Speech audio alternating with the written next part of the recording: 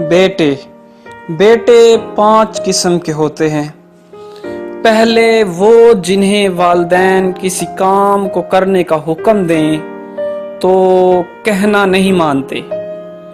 ایسے بیٹوں کو آگ کہتے ہیں۔ دوسرے وہ ہیں جنہیں والدین کسی کام کو کرنے کا کہہ دیں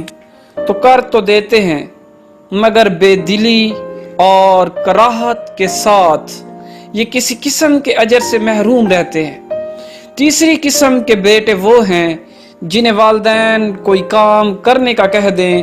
تو کر تو دیتے ہیں مگر بڑبڑاتے ہوئے اور سنا سنا کر، احسان جتلا کر، بکواس بازی کر کے، یہ کام کر کے بھی گھاٹے میں ہی ہیں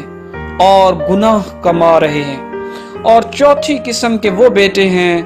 جنہیں والدین اگر کوئی کام بتا دیں تو خوش دلی سے کرتے ہیں، یہ اجر کماتے ہیں اور ایسے بیٹے بہت کم ہوتے ہیں۔ پانچویں قسم کے وہ بیٹے ہیں جو والدین کی ضرورتوں کے کام ان کے کہنے سے پہلے کر دیتے ہیں، اور یہ خوش بخت بیٹوں کی نادر قسم ہے۔ آخری 2 قسم کے بیٹے ان کی عمر میں برکت، رزق میں وسعت اور ان کے معاملات کی آسانی اور ان کے سینوں میں پڑی راحت اور وسعت کے بارے میں تو کچھ بھی نہ پوچھئے، یہ تو بس کہ اللہ انہیں اپنی رحمت کے لیے جس کو چاہتا ہے مخصوص کر لیتا ہے اور اس کا فضل بہت بڑا ہے۔ ایسے بیٹوں کے لیے تو بس یہی ایک آیت فٹ آتی ہے۔ ایک چھوٹا سا سوال آپ سننے والوں کے لیے کہ جو بتائی گئی ہیں اس ویڈیو میں اقسام، آپ نے اپنا احتساب کرنا ہے، اپنے آپ سے یہ پوچھنا ہے کہ آپ ان میں سے کن بیٹوں کی قسم میں شمار ہوتے ہیں۔ یہ حسن سلوک ماں یا باپ کے سر پر ایک بوسہ لینے کا نام نہیں ہے، نہ ہی ان کے ہاتھ پر یا حتیٰ کہ ان کے پاؤں پر بوسہ لینے کا نام ہے۔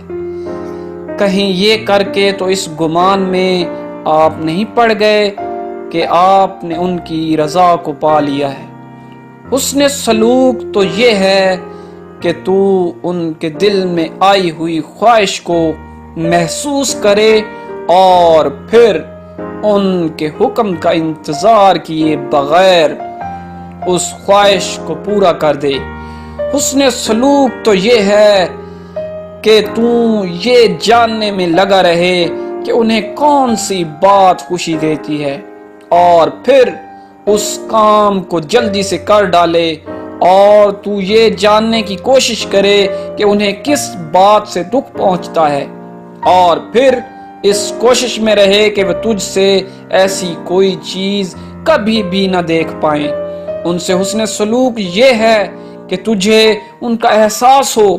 تو ان کے لیے بات چیت کا وقت نکالتا ہو،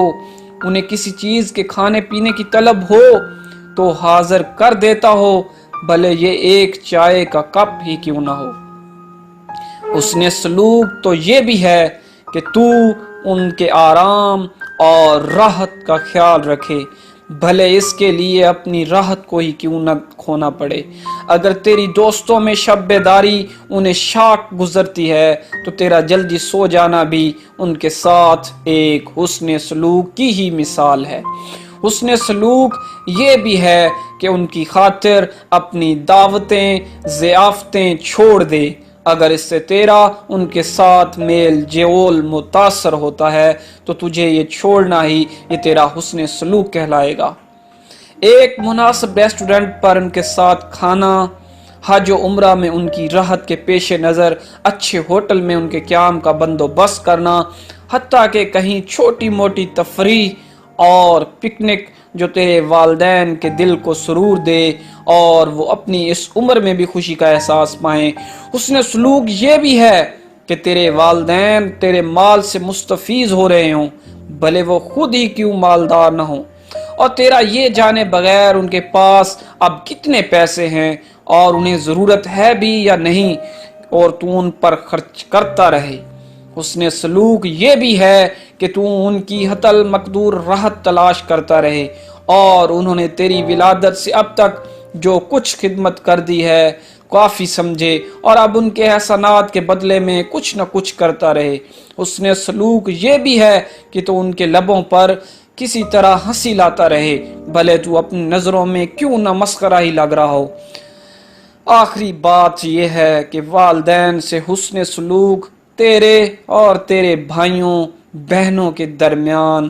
باری بندی کا نام نہیں، یہ تو ایک دوڑ کا نام ہے جو جنت کے دروازوں کی طرف جاری ہے اور پتہ نہیں کون پہلے پہنچ جائے۔ اور یہ بھی یاد رکھیو